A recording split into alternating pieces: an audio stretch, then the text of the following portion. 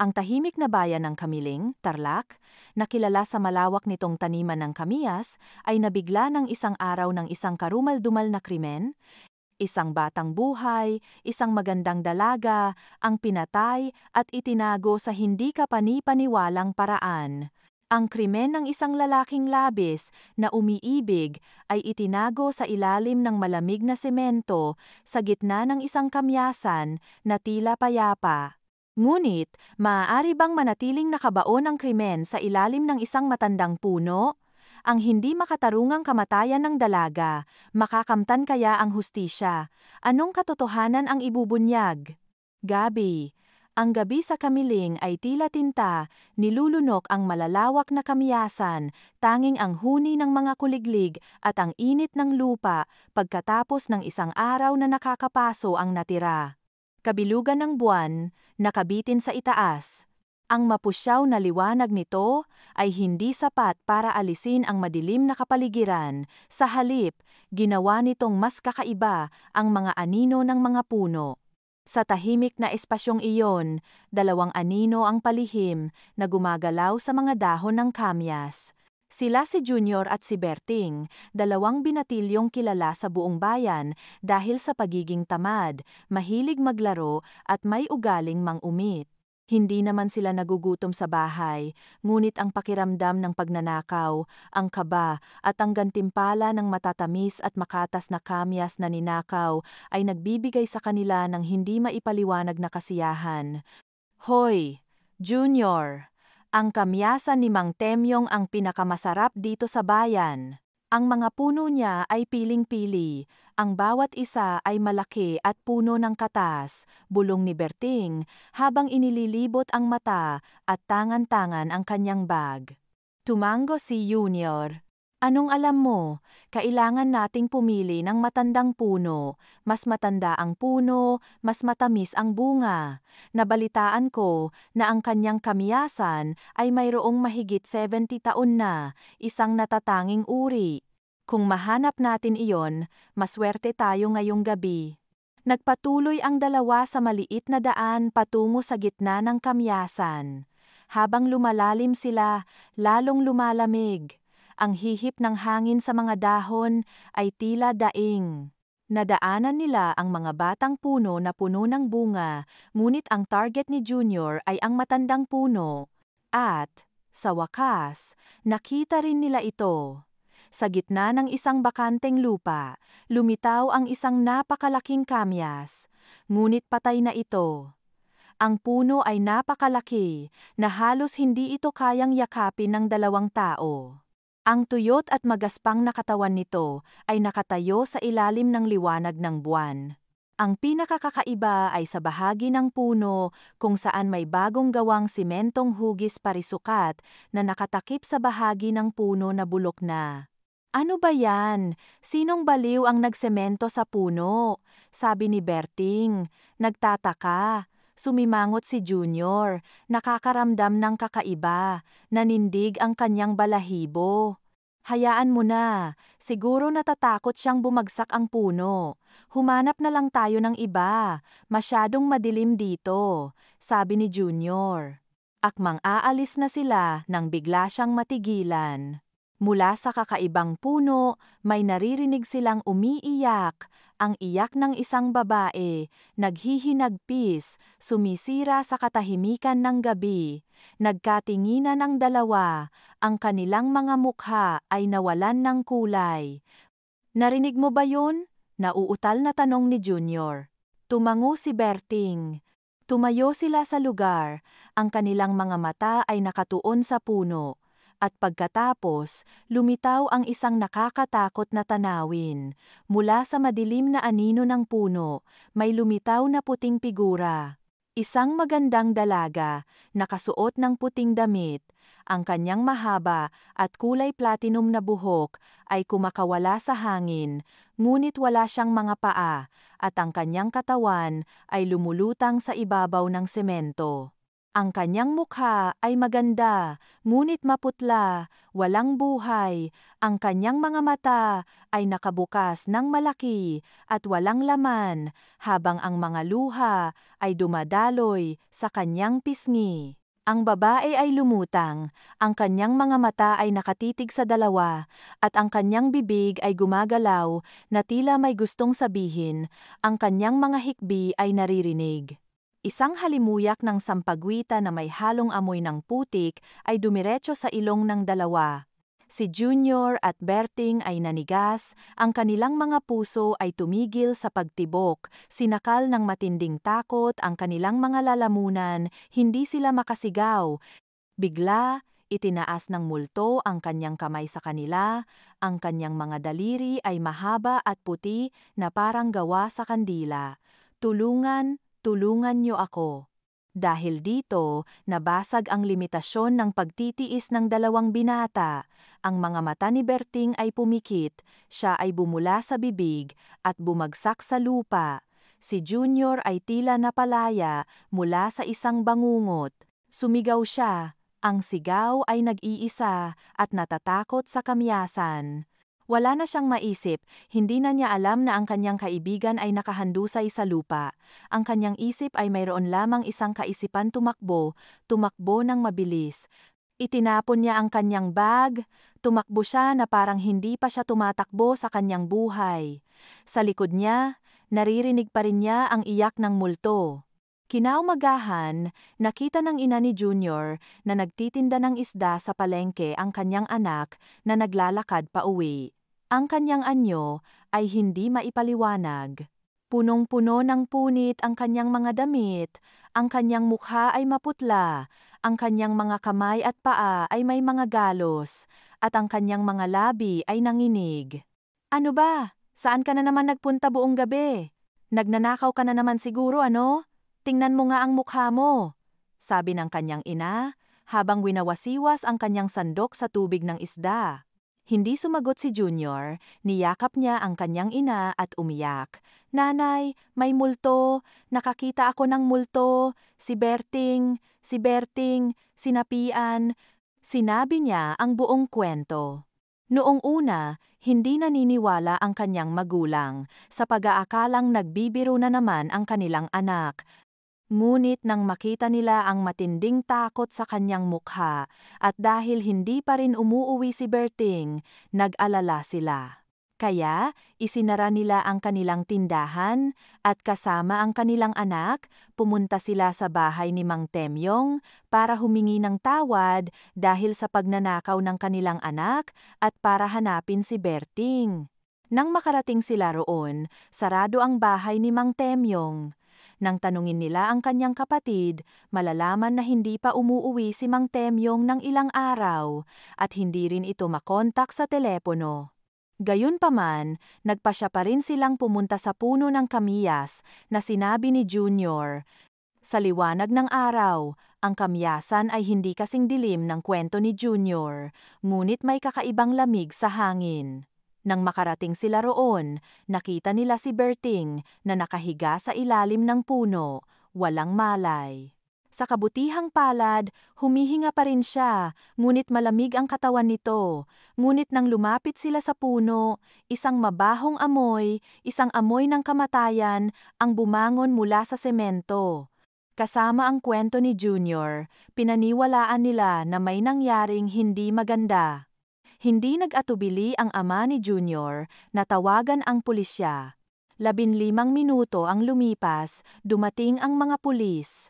Nang makita ang bigat ng sitwasyon, agad nilang isinara ang lugar at nag-report sa kanilang nakatataas. Ang mga detektive ng pulisya mula sa Kamiling at Tarlac ay ipinadala, ang payapang kamyasan ay naging magulo. Nagdatingan ang mga tao. Ang mga alingaw-ngaw tungkol sa multo sa kamyasan ay kumalat ng mabilis, bawat isa ay may iba't ibang kwento. Matapos suriin ang lugar, agad na natuklasan ng mga detective ang isang kakaibang bagay. Isang bagong gawang semento sa puno ng kamyas. Ang mabahong amoy ay lalong lumala.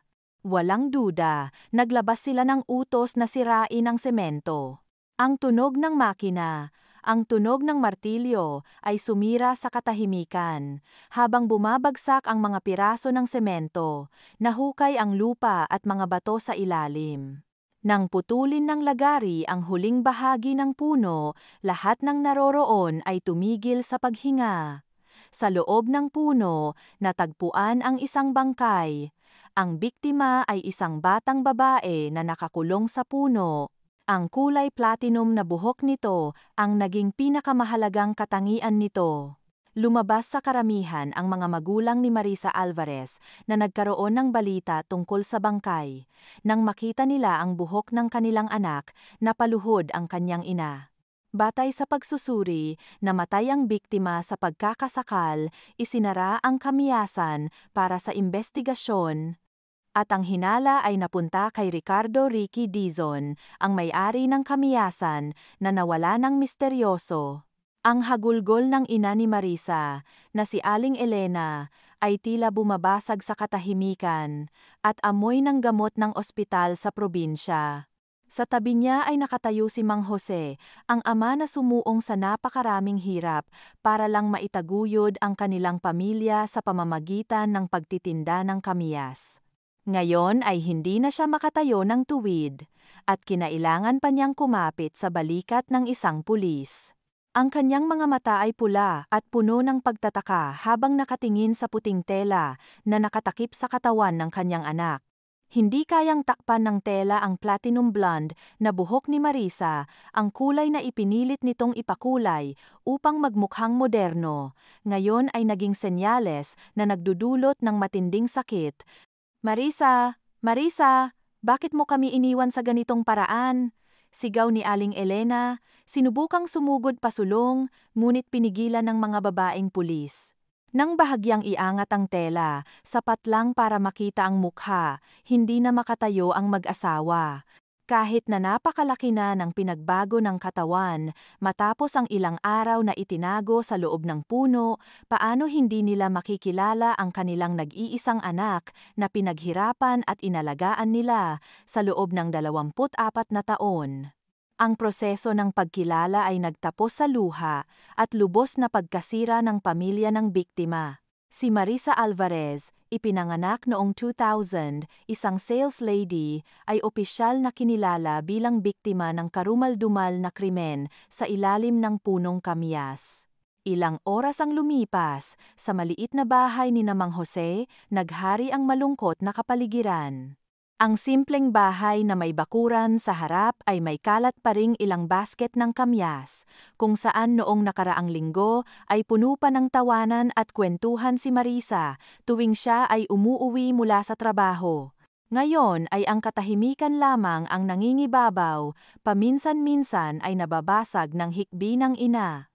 Matapos bigyan ng kaunting oras ang pamilya upang huminahon, sinimulan ng mga detective ang kanilang pakikipag-usap upang buuin ang pagkatao at buhay ng biktima.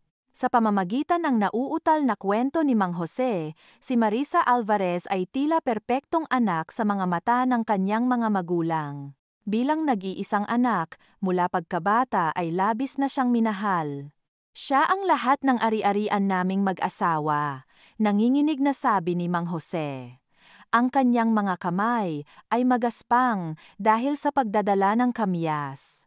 Hindi kami mayaman, ngunit sinubukan naming bigyan siya ng sapat na edukasyon at hindi siya pinagkaitan ng anuman. Maganda siya, masunurin, at mula pagkabata ay alam na niyang mag-ayos. Nang lumaki siya at nagtrabaho, binibigyan niya ako ng kaunting pera bawat buwan, kahit hindi naman namin kailangan, dugtong ni Aling Elena na namamaga ang mga mata. Mahal na mahal niya kami ng kanyang ama. Tuwing nakikita niyang sumasakit ang likod ng kanyang ama, tuwing umuuwi mula sa pagtitinda, tatakbo siya para masahihin ito. Sabi niya, magtatrabaho siya ng ilang taon para makapag-ipon at ipaayos ang bahay para sa amin. Nang tanungin tungkol sa mga relasyon ni Marisa, lalo na kay Ricardo Dizon, hindi naglihim si Mang Jose. Si Ricky ang kasintahan ng anak ko. Dito rin siya nakatira sa bayan. Malayo lang ng ilang kilometro ang bahay nila. Mabait siya at masipag. Ako rin ang nagpakilala sa kanya sa anak ko. Madalas niyang dinadala ang kamiyas mula sa kanilang sakahan para ibenta sa tindahan ko. Nakita kong matangkad siya, malakas, at masipag, kaya't nagustuhan ko siya. Kaya tinanong ko siya kung gusto niyang makilala ang anak ko. Tuwang-tuwa naman siya. Sila ay magkasintahan na ng 8 o 9 na buwan. Ayon kay Mang Jose, labis na mahal ni Ricky si Marisa. Mahal na mahal niya si Marisa. Hindi siya mayaman, ngunit hindi niya ipinagkait ang anuman sa aking anak. Binibili niya ang anak ko ng lahat mula sa mamahaling damit at makeup hanggang sa pinakabagong iPhone. Binibigyan din niya si Marisa ng pera para gastusin at dinadala niya siya sa Davao. Kaya natuwa rin kami ng asawa ko at pinapayuhang magpakasal agad. Gayunpaman, nang magtanong ang mga detektive tungkol sa buhay ni Marisa nitong mga nakaraang buwan, tila nag-aalangan sina Mang Jose. Nitong mga nakaraang araw, medyo nagbago siya. Naalala ni Aling Elena. Madalas siyang umuwi ng gabihin. Kapag tinatanong ko siya, sinasabi niya na may promo ang tindahan at kailangan niyang mag-imbentaryo. Pagkatapos ay nagdiwang sila ng kanyang mga kasamahan sa trabaho. Ang kanyang mga damit at bag ay nagiging mas mahal din.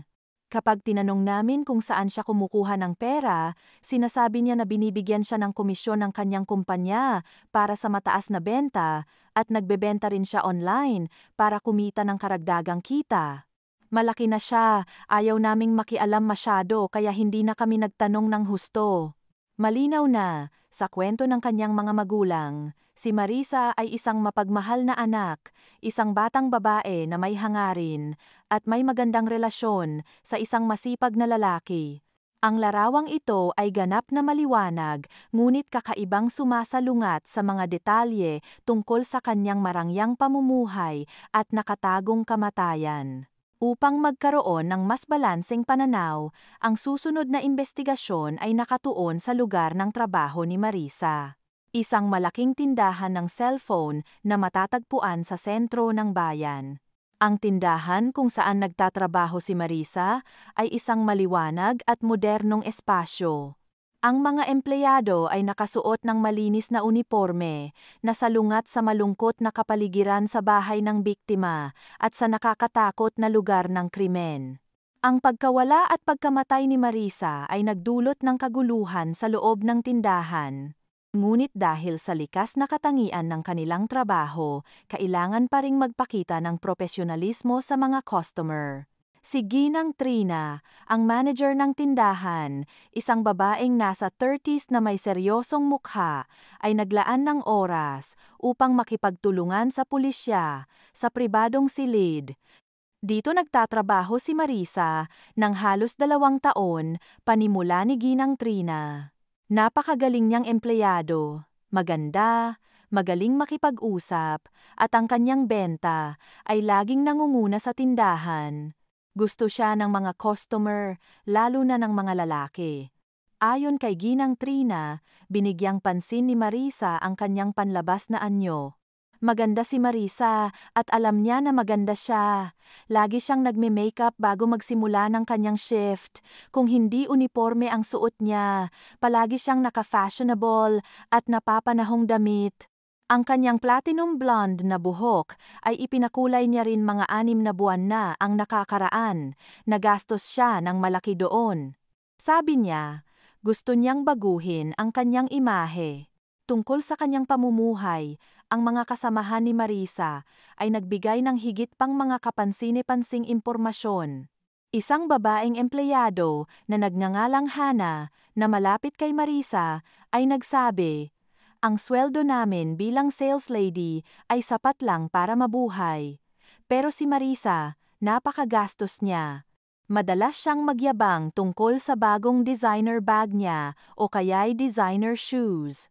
Nagtatanong kami kung saan siya kumukuha ng pera, ngumingiti lang si Marisa at sasabihing, "May sugar daddy akong bahala." Ang tinatawag na sugar daddy ng mga kasamahan niya ay walang iba kundi si Ricky Dizon. Ikinuwento ni Hannah na madalas puntahan ni Ricky si Marisa sa tindahan. Mukhang probinsyano siya at clumsy. Gumagamit siya ng lumang wave na motorsiklo at hindi rin maayos manamit, nakabaligtaran ni Marisa na palaging elegante. Pero pinagbigyan niya si Marisa sa lahat ng gusto niya. Sa tuwing pupunta siya, bumibili siya ng milk tea at snacks para sa buong department. Kung ano ang gusto ni Marisa, sabihin lang niya at susunod na araw, bibilhin na agad niya. Humahanga kami at the same time, nagtataka rin, pakiramdam namin hindi sila nabibilang sa iisang mundo. Gayunpaman, ang larawan ng kanilang relasyon ay hindi palaging kulay rosas. Isang lalaking empleyado ang nagpahayag na paminsan-minsan ay nakikita niyang nagtatalo si Marisa at Ricky sa telepono. Hindi ko gaanong marinig pero naririnig ko na naiinis si Marisa na tinatawag na probinsyano si Ricky na walang alam. Pero ilang sandali lang, darating na si Ricky na may dalang prutas para magbati at masaya na naman si Marisa. Ang pinakamahalagang detalye ay nagmula sa isang cashier. Isinalaysay ng cashier na, bukod kay Ricky, si Marisa ay paminsan-minsan ay hinahatid din ng ibang mga lalaki sa mamahaling kotse. Ilang beses akong natapos ng hapon, nakakita ako ng mamahaling kotse, makintab na itim, na nakaparada sa kabilang kalsada na naghihintay kay Marisa. Hindi ko masyadong nakita ang driver, pero sigurado akong hindi si Ricky. Nagtanong ako at sinabi ni Marisa na pinsan niya o malapit na kaibigan ang naghatid sa kanya. Sinabihan niya rin kaming huwag sabihin kay Ricky, baka magselos lang daw.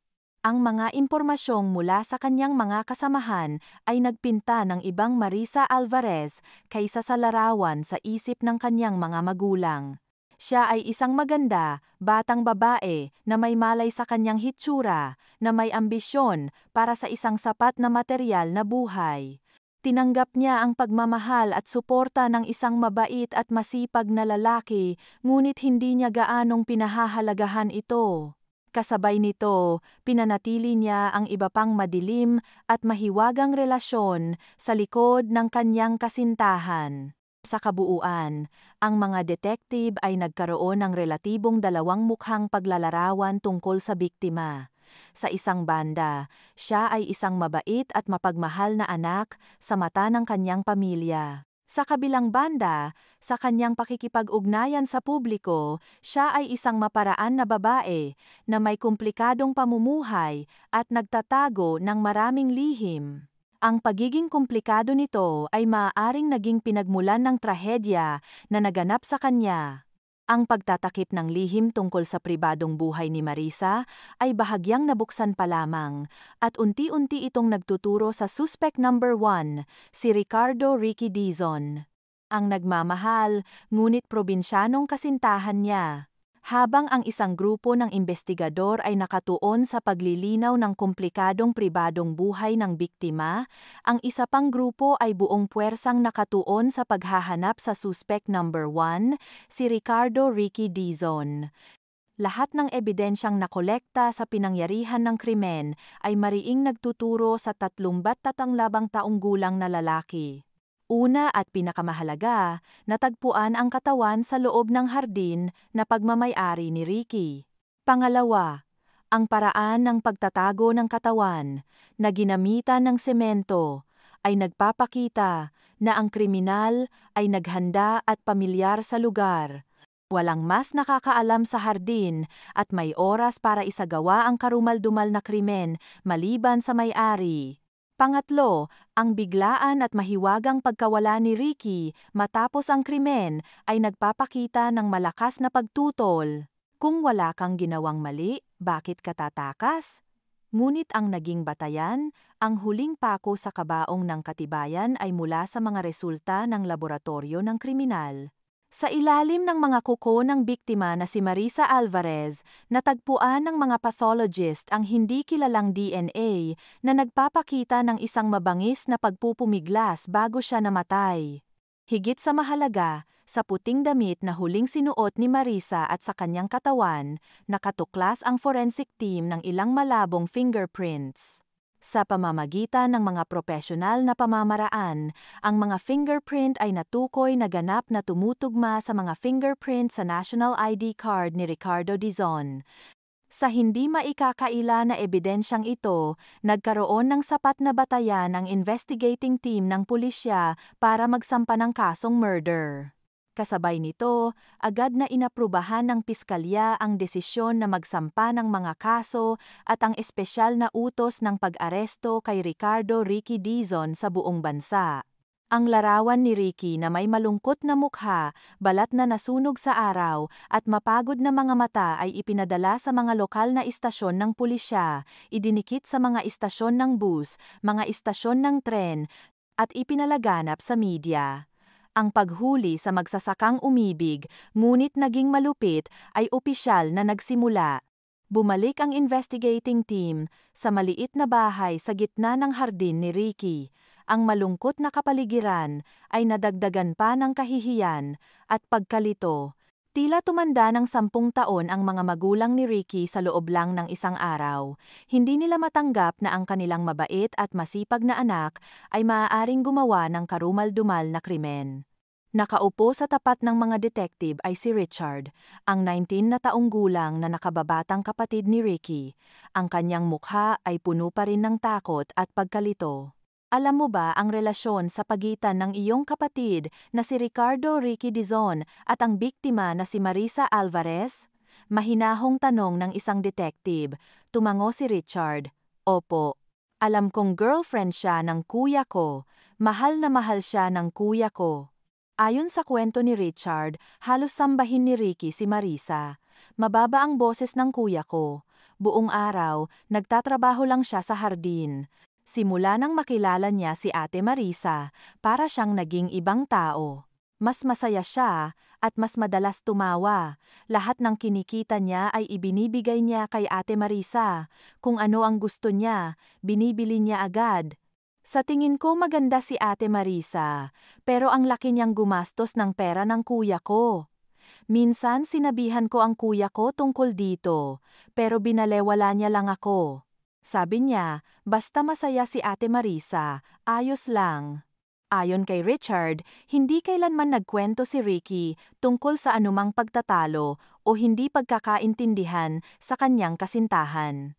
Sa kanyang mata, ito ay isang pag-ibig kung saan ang kanyang kapatid ay palaging nagbibigay at lubos na nagbibigay. Wala siyang alam tungkol sa nakatagong pamumuhay o mahiwagang relasyon ni Marisa. Sa kanya, si Marisa ay simpleng ang magiging magandang hipag niya na medyo mailap. Gayunpaman, nang tanungin tungkol sa mga huling araw bago nawala si Ricky, ang patotoo ni Richard ay nagbigay ng mahalagang detalye, isang pahiwatig na nagbubukas ng pinagmulan ng trahedya. Opo, higit 1 linggo na ang nakalipas, naaksidente ako. Nag-aalangang sabi ni Richard, nakayuko ang mukha.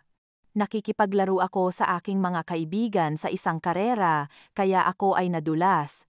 Nasira ang aking kanang braso, at dinala ako sa ospital ng bayan ng ilang araw. Agad na tumuon ang mga investigador.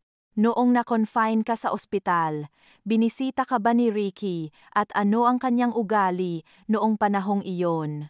Opo, tugon ni Richard na ang kanyang mga mata ay nagpapakita ng pagkalito na tila nagsusumikap na maalala. Nang marinig niya ang tungkol sa aking aksidente, ang kuya ko ang nagmadaling pumunta sa ospital. Nag-alala siya sa akin, tumakbo siya sa paligid na nangangalap ng pera para sa ospital at inalagaan niya ako magdamag.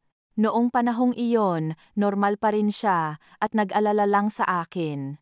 Ikinuwento ni Richard na habang ginagamot dahil sa pagkawala ng dugo, hiniling ng mga doktor na magpasalin ng dugo at kailangan ng isang kamag-anak na may parehong blood type upang magbigay ng dugo ng direkta kung kinakailangan.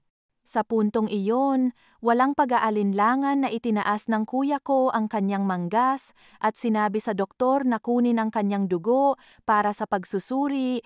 Sabi niya, magkadugo kami, kaya okay lang magbigay ng maraming dugo kung kinakailangan.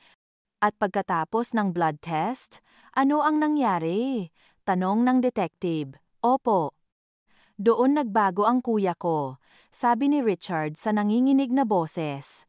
Matapos makuha ang mga resulta ng pagsusuri, hindi ko alam kung ano ang mga resulta, pero nakita ko ang kuya ko na hawak ang papel mula sa laboratorio. Namumutla ang kanyang mukha, walang kahit isang patak ng dugo. Nakatayo siya sa pasilyo ng ospital ng ilang sandali. Tinawag ko siya, ngunit hindi siya nakinig. Nang hawakan ko siya, nagulat siya. Simula noon, ang kuya ko ay tulad ng isang taong nawalan ng kaluluwa. Hindi siya nagsasalita, nakaupo lang siya at nakatingin sa kawalan. Nang tanungin ko siya kung may problema, umiling lang siya at sinabing wala. Ngunit alam ko na may problema, isang malaking problema. Ang kanyang ekspresyon noon ay parehong masakit at desperado at mayroon ding nakakatakot na bagay. Pagkalipas ng ilang araw, pinuntahan niya pa rin ako, ngunit tahimik lang siyang gumawa ng mga bagay, hindi siya nagsasalita. Pagkatapos, noong nakaraang araw, sinabi niya na mayroon siyang kailangan ng madali at umalis siya mula noon. Binuksan ng kwento ni Richard ang isang bagong direksyon para sa specialized team. Isang nakakagulat na kaganapan ang nangyari kay Ricky sa ospital pagkatapos na magpakuha siya ng dugo. Ang biglaang pagbabago ng pag-iisip mula sa isang nag-aalalang kapatid na lalaki hanggang sa isang taong nawalan ng pag-asa at pagkatapos ay nawala matapos ang krimen. Lahat ng mga kaganapang ito ay pinagsama-sama ng lohikal at nakakagimbal.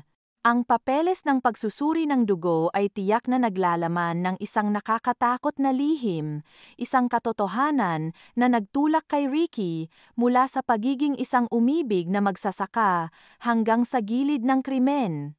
Agad na pinadala ang isang grupo ng mga investigador sa pangkalahatang ospital ng bayan ng Kamiling upang kumuha ng medical records ni Richard at lahat ng resulta ng pagsusuri na may kaugnayan kay Ricardo Ricky Dizon.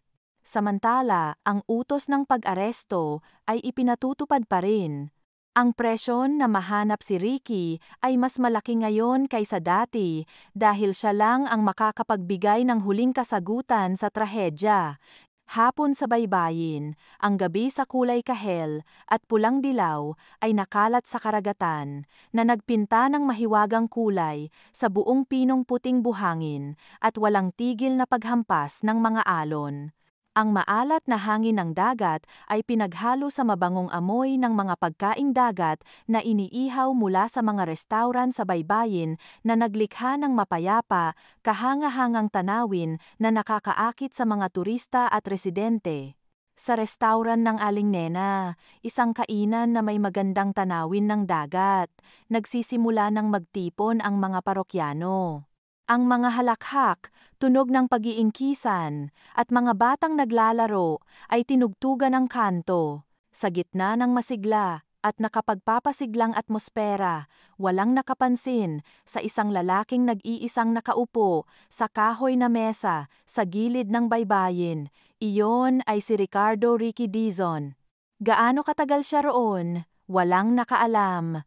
Mukhang malungkot siya, may balbas, punit-punit na damit, na natatakpan ng dumi, gulo-gulong buhok dahil sa hangin.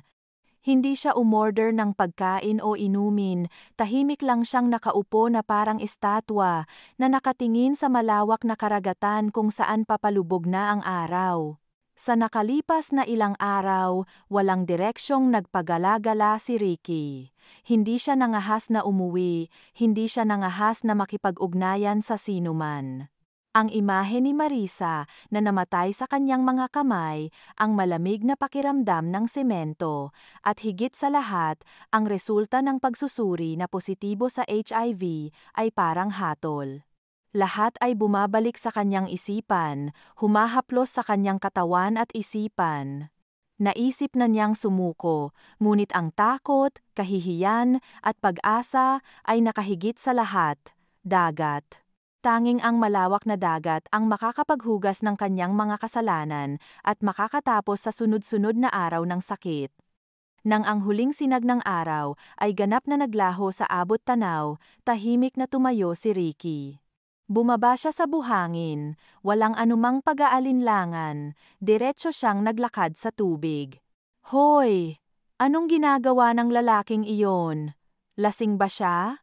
Tanong ng isang lalaking turista sa kanyang asawa. Sa una, akala ng lahat ay lasing lang siya na naliligo sa dagat. Ngunit ang kanyang paglalakad ay hindi tulad ng isang lasing, ito ay lakad ng isang tulog sa paglalakad, isang taong sumuko na sa buhay. Patuloy siyang naglakad, ang tubig ay umaabot sa kanyang bukong-bukong, pagkatapos ay tuhod, pagkatapos ay baywang. Hindi siya tumigil. Ang mga alon ay humampas sa kanya, pero patuloy pa rin siyang lumayo kung saan mas malalaki ang alon.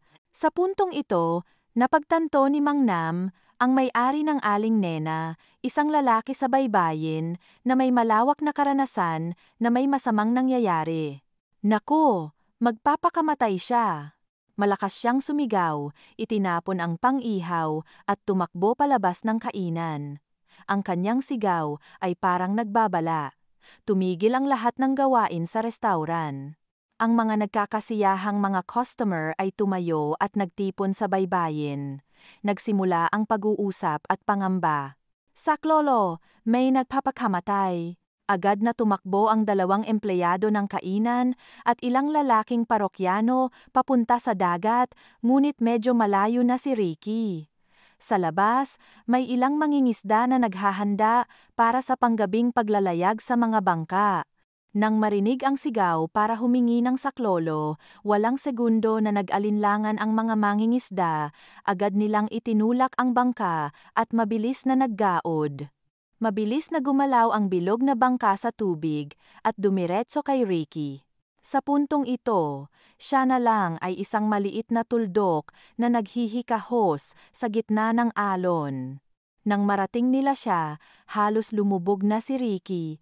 Ang kanyang katawan ay malambot na, hinayaan na lang siyang tangayin ng tubig. Isang mangingisdang lalaki ang sumigaw at hinawakan ang buhok ni Ricky, at sa tulong ng kanyang kaibigan sa bangka, binuhat nila ang mabigat na katawan sa makitid na bangka. Ang pagliligtas ay naganap habang humihinto ang hininga ng maraming tao sa baybayin. Nang makarating ang bangka, agad nilang binuhat si Ricky papunta sa buhangin. Hindi na siya nakahinga, ang kanyang mukha ay kulay ube, ang kanyang tiyan ay lumobo dahil sa pag-inom ng tubig dagat. CPR! Bilisan! Sigaw ni Mang Nam sa isa sa kanyang mga empleyado na nakapag-aral ng pangunang lunas. Walang pag-aalinlangan, lumuhod ang binata at buong lakas na itinulak ng paulit-ulit ang dibdib ni Ricky habang ang isa naman ay tinatakpan ang kanyang ilong at ibinibigay ang mouth-to-mouth resuscitation. 1, 2, 3 beses. Nakatayo ang mga tao sa paligid at tahimik na nagdadasal. Pagkatapos ng halos 1 minuto na pakikipaglaban kay kamatayan, biglang nanginig si Ricky. Tubig dagat at iba pang likido ang lumabas sa kanyang bibig. Umuubo siya at nagsimulang huminga na muli.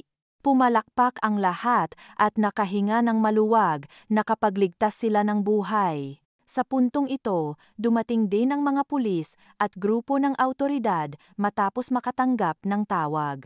Sa una, akala nila ay isang simpleng pagtatangka lang ng pagpapakamatay. Lumapit ang isang pulis sa karamihan upang kunin ang tala ng pangyayari, pero nang yumuko siya para makita ang mukha ng lalaking nailigtas, nagulat siya. Ang mukha na ito, bagaman pagod at payat, ay hindi maitatanggi. Ito mismo ang mukha sa wanted poster na nakadikit sa istasyon ng pulisya ngayong umaga. Tumahimik ang lahat. Kinuha ng pulis ang kanyang radyo at mariing nagsalita. Ang hinahanap na si Ricardo Dizon ay nandito na. humihingi ng agarang suporta. Ang impormasyon ay parang bomba na sumabog sa karamihan. Nagulat ang lahat. Ang lalaking tinulungan nilang mailigtas sa kamatayan ay ang mismong cold-blooded killer na mahigpit na hinahanap dahil sa pagpatay at pagtatago ng bangkay sa ilalim ng kamiyas. Ang pagagaan at pakikiramay ay pinalitan ng takot, pagkabalisa at pagkasuklam. Ang mga humawak kay Ricky ay umurong ng ilang hakbang. Pagkalipas lang ng ilang minuto, nagdatingan ang ambulansya at pulis na may sirens. Si Ricky, sa estado na gising at hindi gising, ay isinugod sa ambulansya. Sa ilalim ng mahigpit na pagbabantay ng pulis, isinugod siya sa ospital bilang isang pasyente at isang mapanganib na suspek. Sa nakakadiring silit ng ospital, unti-unting nagising si Ricky. Ang sakit sa kanyang lalamunan ang nagpabalik sa kanya sa katotohanan. Hindi siya namatay, nabigo siya. Nang dumilat siya, ang unang nakita niya ay hindi ang liwanag ng langit o kadiliman ng impyerno, kundi ang puting kisame ng ospital at ang dalawang nakasuot ng unipormeng asul na nagbabantay sa dulo ng kanyang kama. Natapos na ang pagtakas, oras na para harapin niya ang kanyang mga kasalanan. Sa malamig na silid ng police station, nakaupo si Ricardo Ricky Dizon. Payat at wasak, malayo sa imahe ng 33 taong gulang na lalaki. Lalim ang kanyang mga mata, at mapula. Wala na siyang intensyon na tanggihan ang kanyang krimen o lumaban. Matapos iligtas mula sa dagat, matapos ang paggamot sa ospital sa ilalim ng mahigpit na pagbabantay, tila tinanggap na ni Ricky ang kanyang kapalaran. Hiniling lang niya na ikwento ang lahat, sabihin ang lahat para gumaan ang kanyang pakiramdam bago harapin ang kaparusahan ng batas. Sa harap ng mga investigador, ang boses ni Ricky ay magaspang at nauutal na tila isang lumang pelikula na nagpapatugtog ng pinakamasakit na eksena sa kanyang buhay. Mahal ko siya ng totoo, panimula ni Ricky na nanginginig ang mga kamay sa mesa. Para sa isang magsasakang tulad ko, na buong buhay ay nakatira sa bukid, si Marisa ay parang isang anghel. Noong unang beses kong makita si Marisa, nang magdala ako ng kamyas para ibenta sa tindahan ni Mang Jose, lumabas siya sa bahay, kulay ginto ang kanyang buhok, maputi ang kanyang balat, maganda na parang aktres sa TV.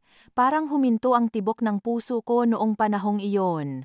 Hindi ko inakalang mapupunta sa akin ang isang babae na katulad niya.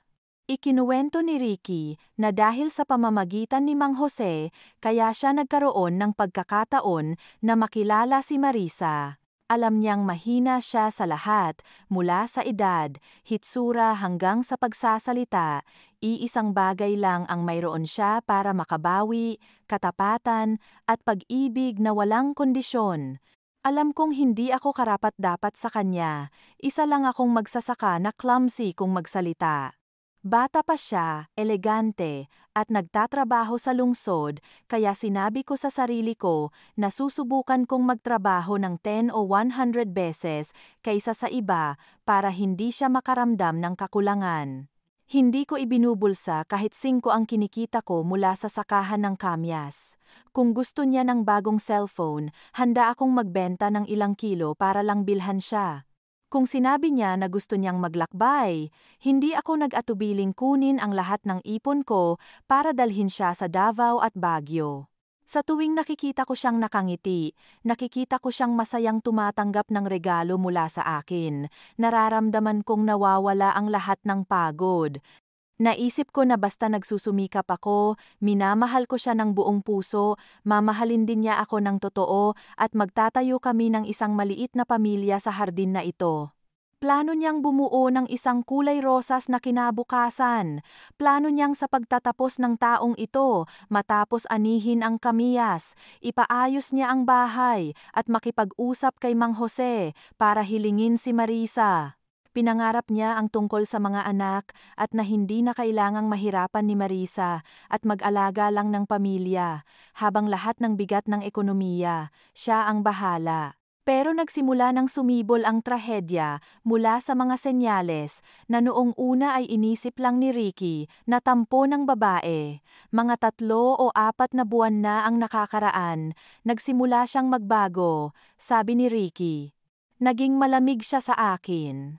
Nagiging madalas ang mga tawag sa telepono, sa mga date, palagi siyang mukhang pagod at irritable. Pinupunan niya ako sa lahat ng bagay, na probinsyano raw ako na walang alam sa pananamit. Sinisisi niya ako sa walang ambisyon, na dumidikit lang ako sa bukid. Mas marami siyang hinihingi, mas mamahaling regalo, mas marangyang biyahe. Inisip ko na marahil ay hindi pa ako sapat na mabuti, mas lalo akong nagtrabaho, umaasa na makakita ng mas maraming pera para suportahan siya. Nagsimula ang unang pagdududa nang matuklasan ni Ricky na nagsinungaling si Marisa. Minsan, sinabi ni Marisa na pupunta siya sa Davao para sa isang 3-day training kasama ang kanyang kumpanya. Nagkataon na noong araw na iyon, dinala ni Ricky ang kanyang ina para magpatingin sa doktor sa Mayantok. Nakita niya si Marisa na lumalabas mula sa isang mamahaling sasakyan kasama ang isang lalaking nakabihis at mukhang negosyante, para akong sinakal ng puso sa sandaling iyon. Tinawagan ko siya, sinabi pa rin niyang nasa Davao siya. Tinanong ko kung sino ang lalaki, sumagot siya na manager daw niya yon at pinatay niya ang tawag. Hindi ako nakatulog noong gabing iyon. 1,000 tanong ang pumuno sa aking isipan, ngunit pagkatapos ay pinakalma ko ang aking sarili. Marahil masyado lang akong nagdududa, hindi ko dapat pagdudahan ang taong mahal ko. Ngunit ang ahas ng pagdududa, sa sandaling umahon, ay hindi na matutulog, nagsimulang magbigay pansin si Ricky. Natuklasan niya na may 2 cellphone si Marisa, isang ginagamit para sa pakikipag-usap sa kanya at sa kanyang pamilya, isa naman ay palagi niyang tinatago. Dumarating ang mga text message sa hating gabi, mga tawag na palagi niyang kailanganin na lumabas para sagutin. Ang pinakamataas na puntong maipagparaya ay nang magpasya si Ricky na mawala ang isang araw na trabaho upang palihim na sundan si Marisa pagkatapos ng trabaho. Hindi siya sumakay sa kanyang motorsiklo, kundi sumakay sa bus patungo sa lungsod, tahimik na nagmamasid mula sa malayo. At ang katotohanan na nakita niya noong araw na iyon ay sumira sa kanyang buong mundo. Nakita niya si Marisa na hindi agad umuwi. Pumasok siya sa isang magarbong cafe at nagpalit ng ibang damit, mas nakakaakit, naglagay ng mas makapal na makeup.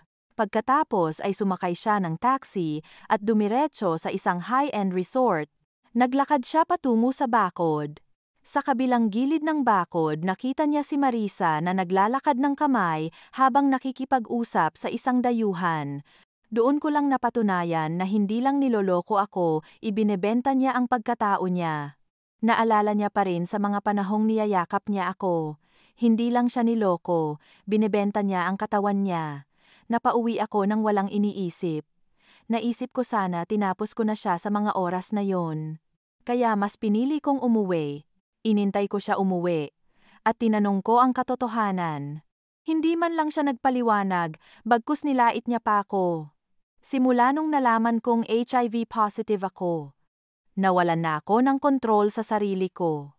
Hindi na si Ricky, ang nasa isip niya ay ang puot, galit, at sukdulang pag-asa. Nakipagkita siya kay Marisa, hindi para magmakaawa, kundi para harapin, upang marinig ang paliwanag, kahit kasinungalingan lang. Nakipagkita ako sa kanya sa kamyasan, kung saan magkasama naming nakita ang maraming alaala. Naisip ko na marahil ay iiyak siya, hihingi ng tawad sa akin. Ngunit hindi, sabi ni Ricky. Nang ipakita ko ang mga resulta ng pagsusuri, sinulyapan lang niya at ngumisi. Hindi siya tumanggi. Sabi niya, "Anong pakialam ko? Akala mo ba maiiwasan ako ng probinsyano mong pagmamahal buong buhay ko?" Sabi niya na isa akong bobo, isang pansamantalang ATM habang naghahanap siya ng mas magandang buhay. Sabi niya na gusto niyang maglakbay sa mundo, gustong gumamit ng mga branded na item, gustong mamuhay na parang reyna, ang mga bagay na hindi kayang ibigay ng isang magsasaka na tulad ko.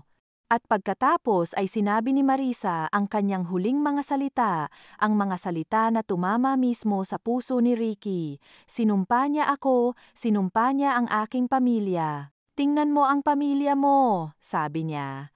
Ang kanyang mga magulang ay matanda na at nangangailangan ng tulong na buong buhay na dumidikit sa kamyas.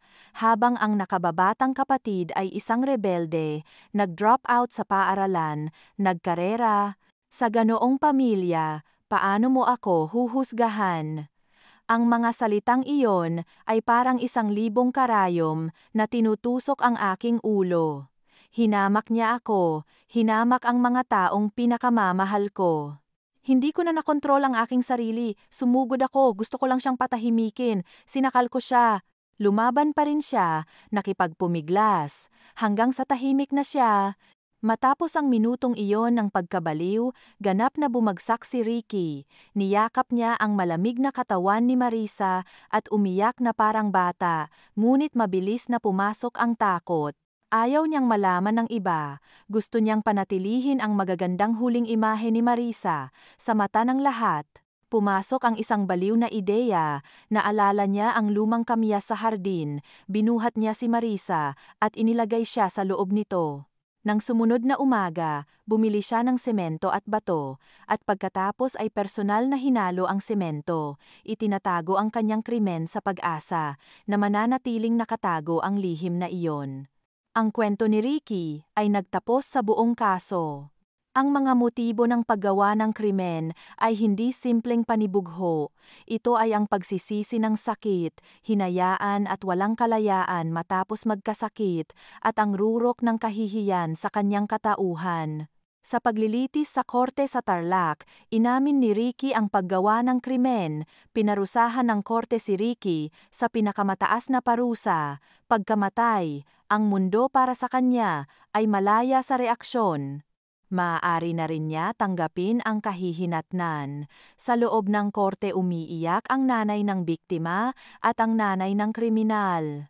Isang trahedya na nagsimula sa pag-ibig at nagtapos sa dalawang pamilya na wasak. Sa pagtatapos, nag-iwan ito ng matinding sakit sa dalawang pamilya at isang mahalagang aral sa ating lahat.